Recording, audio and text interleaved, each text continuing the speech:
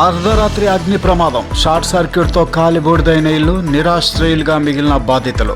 మహబూబాబాద్ జిల్లా డోర్నకల్ మండలం పరిధిలోని ఫకీరా తండాలో ఘోర ప్రమాదం సంభవించింది. విద్యుత్ షార్ట్ సర్క్యూట్ కారణంగా ఓ నిరుపేద ఇల్లు పూర్తిగా అగ్నికి ఆహుతైంది. ఈ సంఘటనలో సుమారు 6 లక్షల రూపాయల మేర ఆస్తి నష్టం వాటిల్లినట్లు బాధితులు కన్నీరు మున్నీరవుతున్నారు. స్థానికులు తెలిపిన వివరాల ప్రకారం డోర్నకల్ మండల పరిధి ఫకీరా తండా శివారు బంజారాకు చెందిన నల్లగుట్ట వెంకన్న కుటుంబం నిత్యం కూలి పనులకు వేస్తూ జీవనం సాగిస్తోంది. ఎప్పటిలాగే కూలి పనులకు వెళ్లి వచ్చి ఇంట్లో నిద్రిస్తున్న సమయంలో ఒక్కసారిగా విద్యుత్ షార్ట్ సర్క్యూట్ సంభవించి మంటలు అంటుకున్నాయి. గమనించిన కుటుంబీకులు స్థానికుల సాయంతో మంటలను అదుపు చేయడానికి ప్రయత్నించినప్పటికీ అప్పటికే ఇల్లు పూర్తిగా కాలి బూడిదైంది. ఫైర్ సిబ్బంది చేరుకొని మంటలను అతి కష్టంగా అదుపులోకి తీసుకొచ్చారు. ఈ ఘటనలో ఇంట్లో ఉన్న నగదు, బంగారంతో పాటు నిత్యావసర సరుకులు, బట్టలు, సర్టిఫికెట్లు, గృహోపకరణాలు అగ్నికి ఆహుతయ్యాయి. కంటి ముందే తమ సర్వస్వం కాలి బూడిదవుతుండటంతో బాధితుల కుటుంబం బోరున విలపిస్తుంది. కట్టుబట్టలతో మిగిలామని తమను ప్రభుత్వం ఆదుకోవాలని బాధితులు విజ్ఞప్తి చేస్తున్నారు.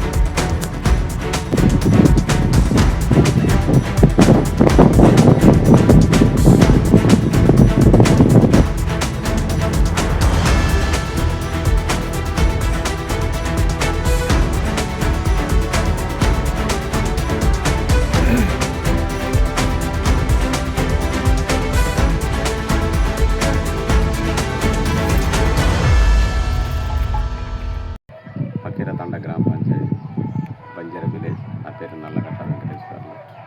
రాత్రి షార్ట్ సర్క్యూట్ వల్ల నా సొంత పూరి గుడిసె.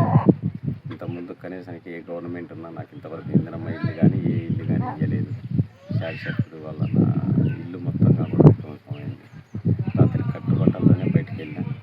నాకు సంబంధించిన బ్యాంక్ బుక్స్ కానీ, చెక్ బుక్లు కానివ్వండి, డాక్యుమెంట్ కానివ్వండి, నా బిడ్డకి వచ్చే నెల 5వ తారీఖు నాడు బర్త్డే ఉన్నది. దాని కొరకు నేను నా బిడ్డకి చైన్ చేయించాను. ఆ చైన్గా కూడా అందులోనే పోయింది.